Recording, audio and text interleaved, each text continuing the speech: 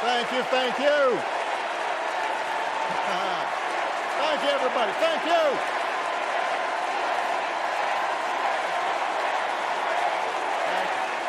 Thank you. All right. That's enough. Thank you, thank you. Chicago, it's good to be home. It is good to be home, and I don't know about you, but I'm feeling fired up.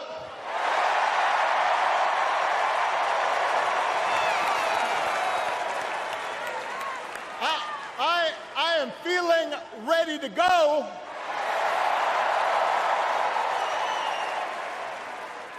Even if I am the only person stupid enough to speak after Michelle Obama.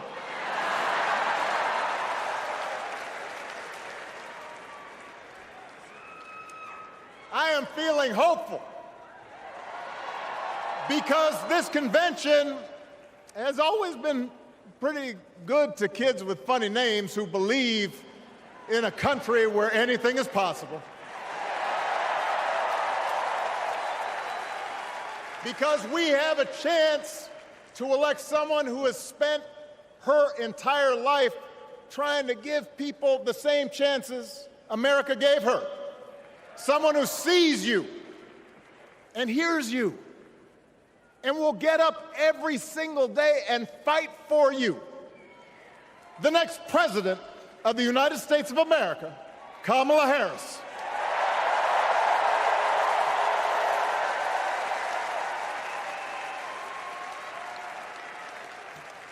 It's been 16 years since I had the honor of accepting this party's nomination for president.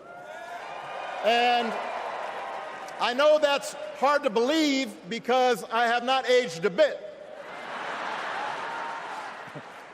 But it's true. And looking back, I can say without question that my first big decision as your nominee turned out to be one of my best. And that was asking Joe Biden to serve by my side as vice president.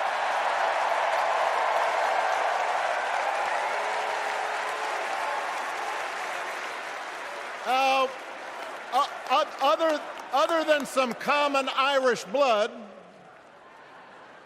Joe and I come from different backgrounds, but we became brothers. And as we worked together for 8, sometimes pretty tough years, what I came to admire most about Joe wasn't just his smarts, his experience. It was his empathy and his decency and his hard-earned resilience, his unshakable belief that everyone in this country deserves a fair shot.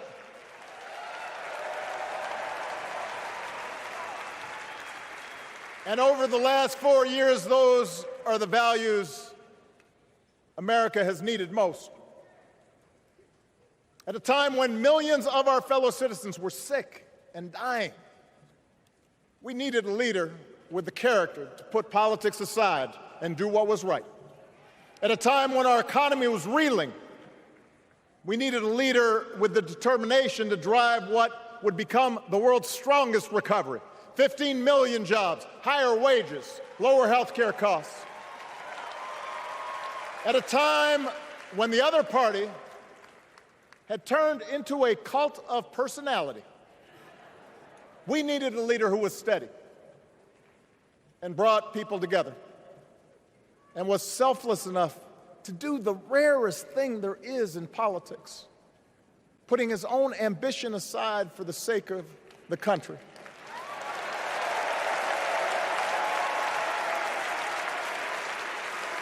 History will remember Joe Biden as an outstanding president who defended democracy at a moment of great danger.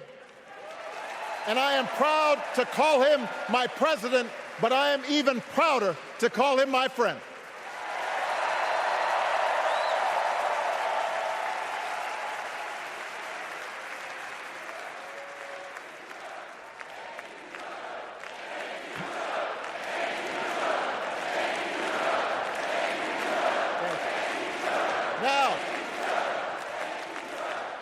The torch has been passed.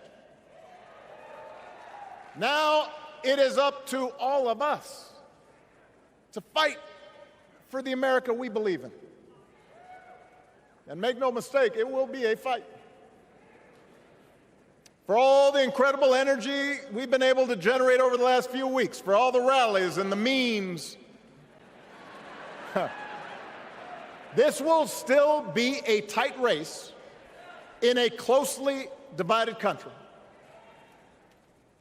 A country where too many Americans are still struggling,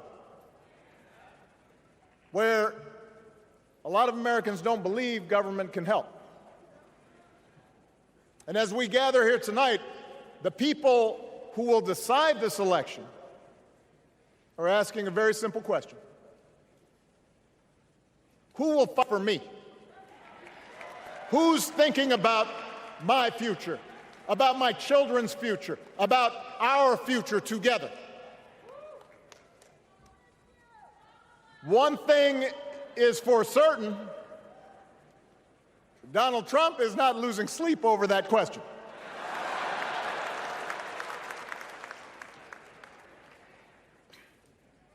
Here's a 78-year-old billionaire who has not stopped whining about his problems since he rode down his golden escalator 9 years ago. It has been a constant stream of gripes and grievances that's actually been getting worse now that he's afraid of losing to Kamala. There's the childish nicknames, the crazy conspiracy theories, this weird obsession with crowd sizes.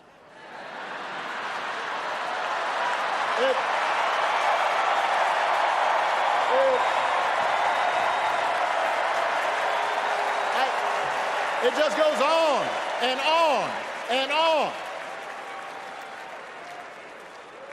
The other day I heard someone compare Trump to the neighbor who keeps running his leaf blower outside your window every minute of every day.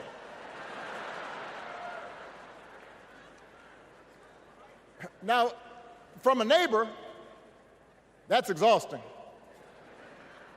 From a president, it's just dangerous.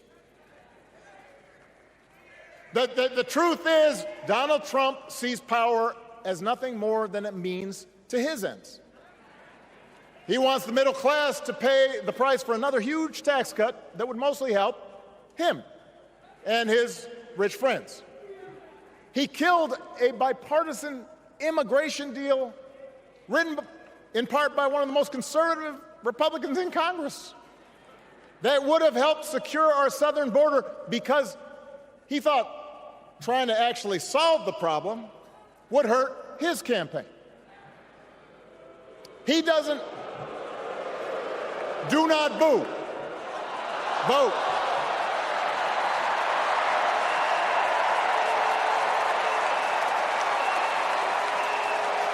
He doesn't seem to care if more women lose their reproductive freedom, since it won't affect his life. And most of all, Donald Trump wants us to think that this country is hopelessly divided between us and them, between the real Americans, who of course support him, and the outsiders who don't. And he wants you to think that you'll be richer and safer if you will just give him the power to put those other people back in their place. It is one of the oldest tricks in politics, from a guy whose act has, let's face it, gotten pretty stale. We do not need 4 more years of bluster and bumbling and chaos. We have seen that movie before, and we all know that the sequel is usually worse.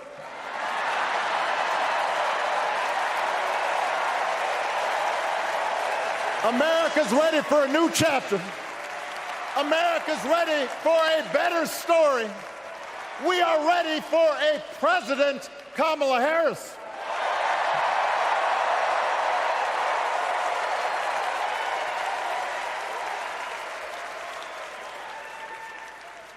And Kamala Harris is ready for the job.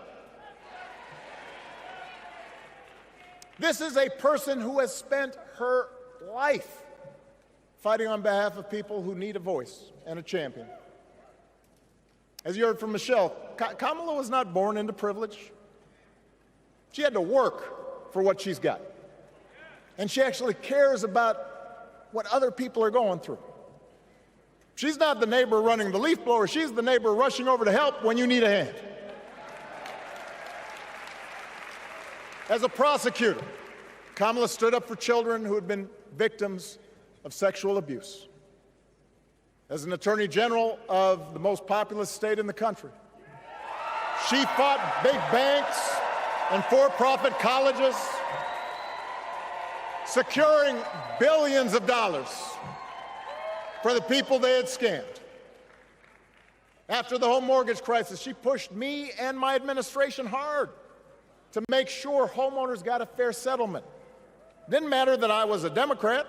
Didn't matter that she had knocked on doors for my campaign in Iowa. She was going to fight to get as much relief as possible for the families who deserved it.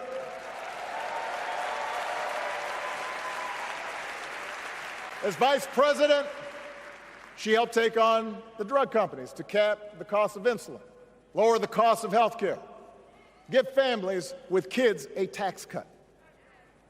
And she is running for president with real plans to lower costs even more and protect Medicare and Medicaid and sign a law to guarantee every woman's right to make her own health care decisions.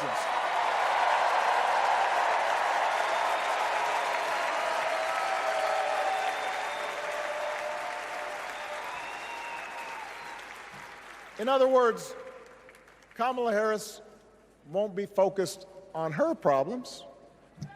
She'll be focused on yours. As president, she won't just cater to her own supporters and punish those who refuse to kiss the ring or bend the knee. She'll work on behalf of every American. That's who Kamala is. And in the White House, she will have an outstanding partner in Governor Tim Walz.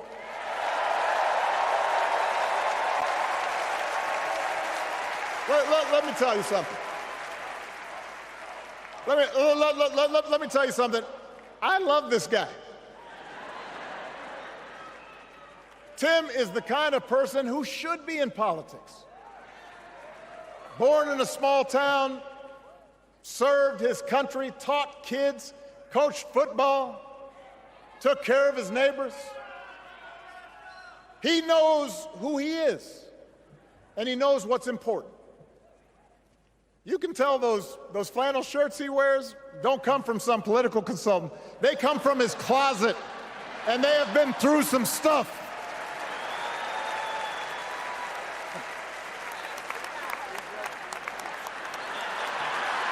They have been through some stuff. That's right.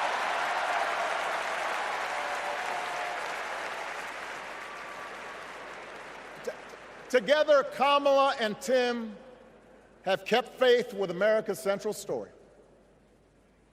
A story that says we are all created equal. All of us endowed with certain inalienable rights, that everyone deserves a chance, that even when we don't agree with each other, we can find a way to live with each other. That's Kamala's vision. That's Tim's vision. That's the Democratic Party's vision. And our job over the next 11 weeks is to convince as many people as possible to vote for that vision. Now, it won't be easy.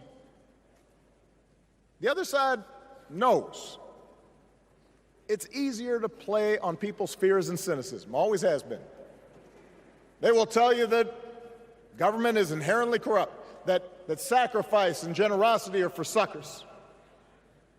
And since the game is rigged, it's okay to take what you want and just look after your own. That's the easy path. We have a different task.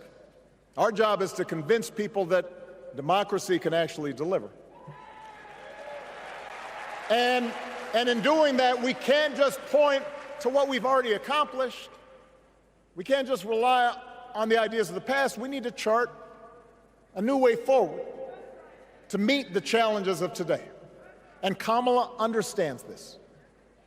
She knows, for example, that if we want to make it easier for more young people to buy a home, we need to build more units and clear away some of the outdated laws and regulations that made it harder to build homes for working people in this country. That is a priority, and she's put out a bold new plan to do just that.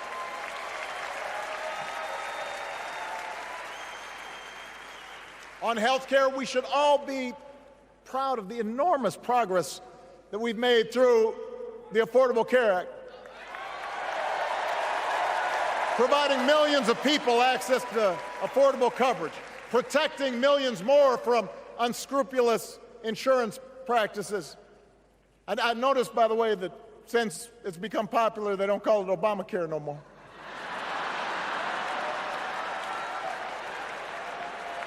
But Kamala knows we can't stop there, which is why she'll keep working to limit out-of-pocket costs.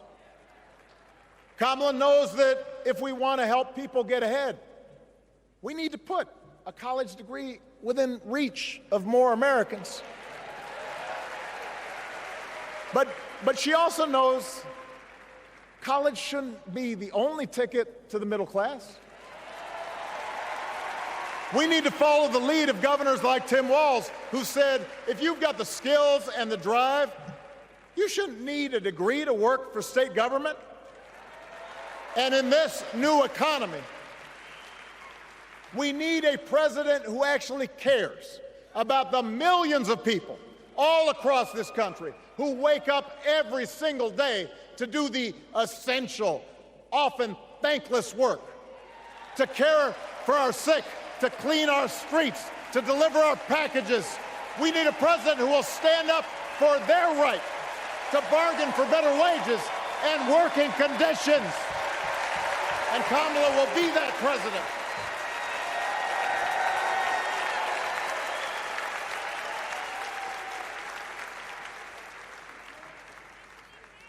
Yes, she can.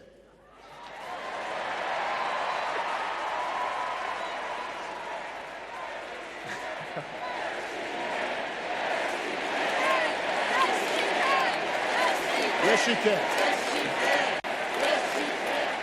A Harris-Walz administration can help us move past some of the tired old debates that keep stifling progress. Because at their core, Kamala and Tim understand that when everybody gets a fair shot, we are all better off. They understand that when every child gets a good education, the whole economy gets stronger.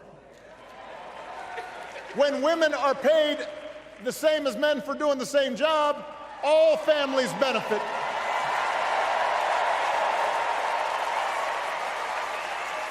They understand that we can secure our borders without tearing kids away from their parents, just like we can keep our streets safe while also building trust between law enforcement and the communities they serve and eliminating bias. That will make it better for everybody.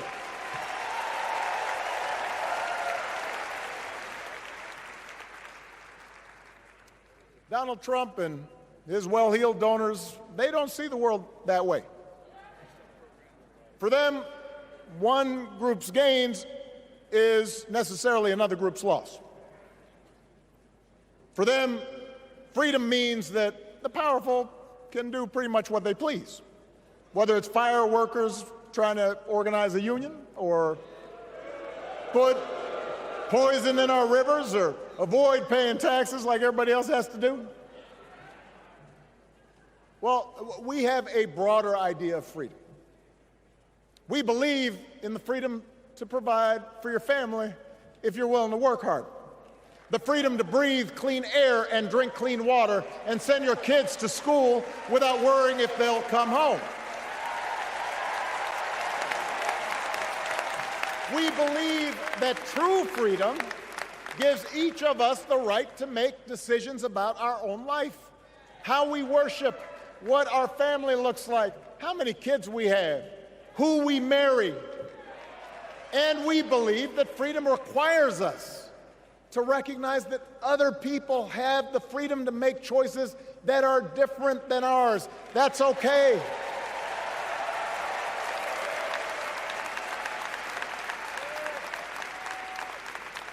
That's the America Kamala Harris and Tim Walz believe in. An America where we, the people, includes everyone.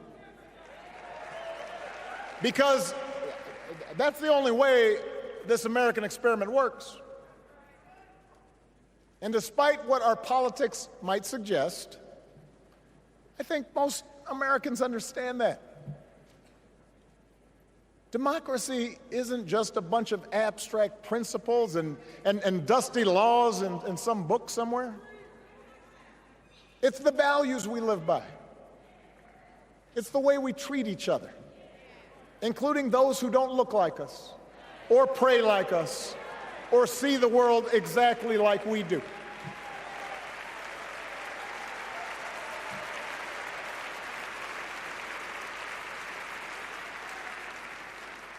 That sense of mutual respect has to be part of our message.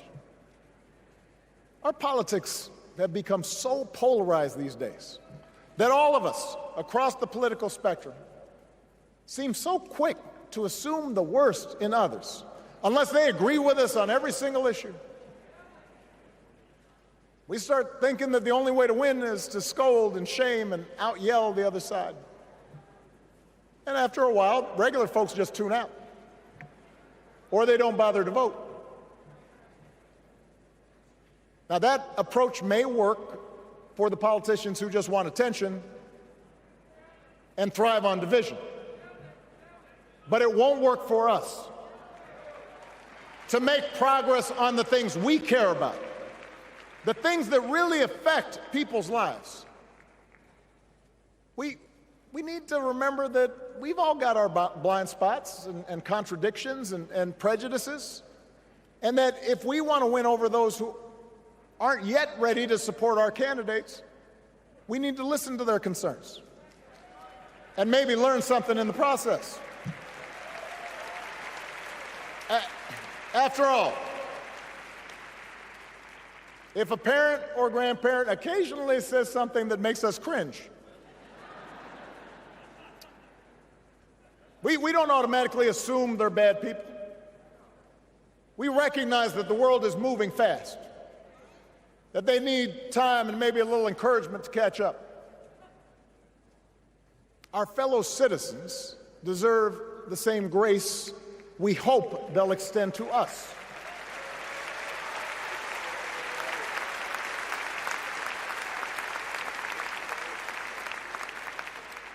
That's how we can build a true democratic majority, one that can get things done.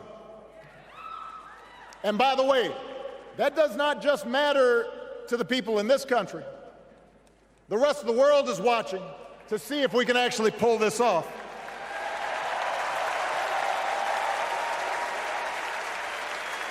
No nation, no society has ever tried to build a democracy as big and as diverse as ours before. One that includes people that over decades have come from every corner of the globe. One where our allegiances and our community are defined not by race or blood, but by a common creed. And that's why when we uphold our values, the world's a little brighter. When we don't, the world's a little dimmer, and dictators and autocrats feel emboldened. And over time, we become less safe. We shouldn't be the world's policemen, and we can't eradicate every cruelty and injustice in the world. But America can be and must be a force for good, discouraging conflict, fighting disease, promoting human rights, protecting the planet from climate change, defending freedom, brokering peace. That's what Kamala Harris believes, and so do most Americans.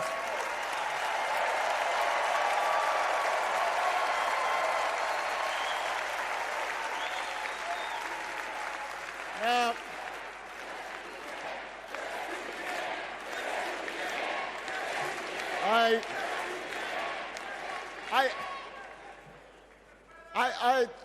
I know these ideas can feel pretty naive right now. We live in a time of such confusion and rancor, with a culture that puts a premium on things that don't last. Money, fame, status, likes. We chase the approval of strangers on our phones. We build all manner of walls and fences around ourselves, and then we wonder why we feel so alone. We don't trust each other as much because we don't take the time to know each other. And in that space between us, politicians and algorithms teach us to caricature each other and troll each other and fear each other. But here's the good news, Chicago. All across America, in big cities and small towns, away from all the noise, the ties that bind us together are still there. We still coach Little League and look out for our elderly neighbors. We still feed the hungry in churches and mosques and synagogues and temples. We share the same pride when our Olympic athletes compete for the gold. Because the vast majority of us do not want to live in a country that's bitter and divided. We want something better.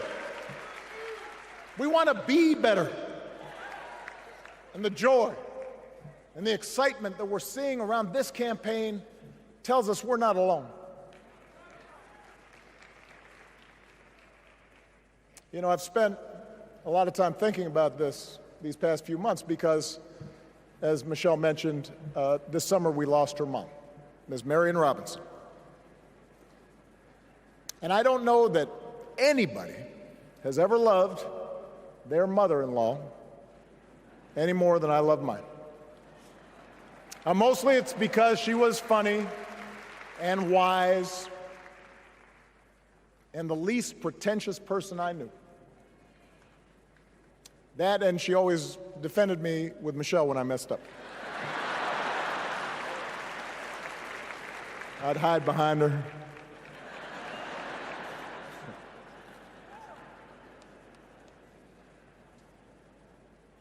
But I also think one of the reasons Mary and I became so close was she reminded me of my grandmother, the woman who helped raise me as a child. And on the surface, the two of them did not have a lot in common. One was a black woman from right here, south side of Chicago, right down the way. Went to Englewood High School. The other was a little old white lady born in a tiny town called Peru, Kansas. Now, I know there aren't that many people from Peru.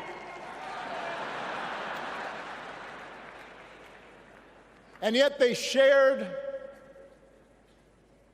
a basic outlook on life. They were strong, smart, resourceful women, full of common sense, who, regardless of the barriers they encountered, and women growing up in the 40s and 50s and 60s, they encountered barriers. They still went about their business without fuss or complaint and provided an unshakable foundation of love for their children and their grandchildren.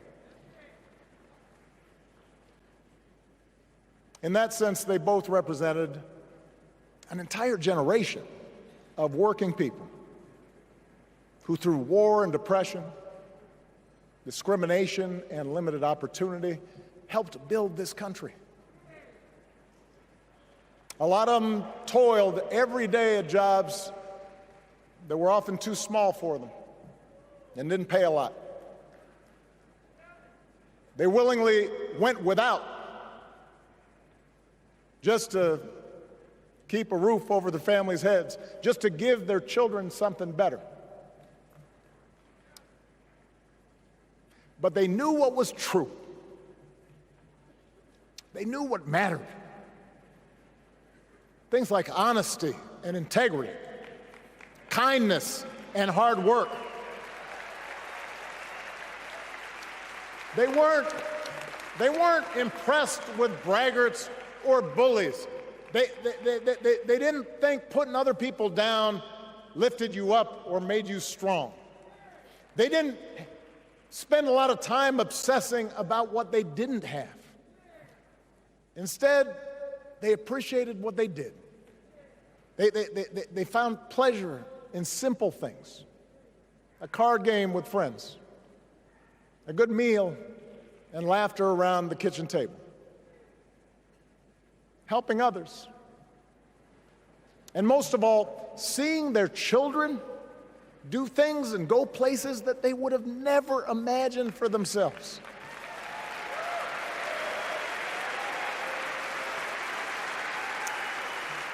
Whether you are a Democrat or a Republican or somewhere in between, we have all had people like that in our lives. People like Kamala's parents, who crossed oceans because they believed in the promise of America. People like Tim's parents, who taught him about the importance of service. Good, hard-working people who weren't famous or powerful, but who managed in countless ways to leave this country just a little bit better than they found it. As much as any policy or program, I believe that's what we yearn for. A return to an America where we work together and look out for each other. A restoration of what Lincoln called, on the eve of Civil War, our bonds of affection. An America that taps what he called the better angels of our nature. That is what this election is about. And I believe that's why, if we each do our part over the next 77 days, if we knock on doors, if we make phone calls, if we talk to our friends, if we listen to our neighbors, if we work like we've never worked before, if we hold firm to our convictions, we will elect Kamala Harris as the next President of the United States, and Tim Walz as the next Vice President of the United States. We will elect leaders up and down the ballot who will fight for the hopeful, forward-looking America we all believe in, and together we too will build a country that is more secure and more just, more equal, and more free. So let's get to work. God bless you, and God bless the United States of America.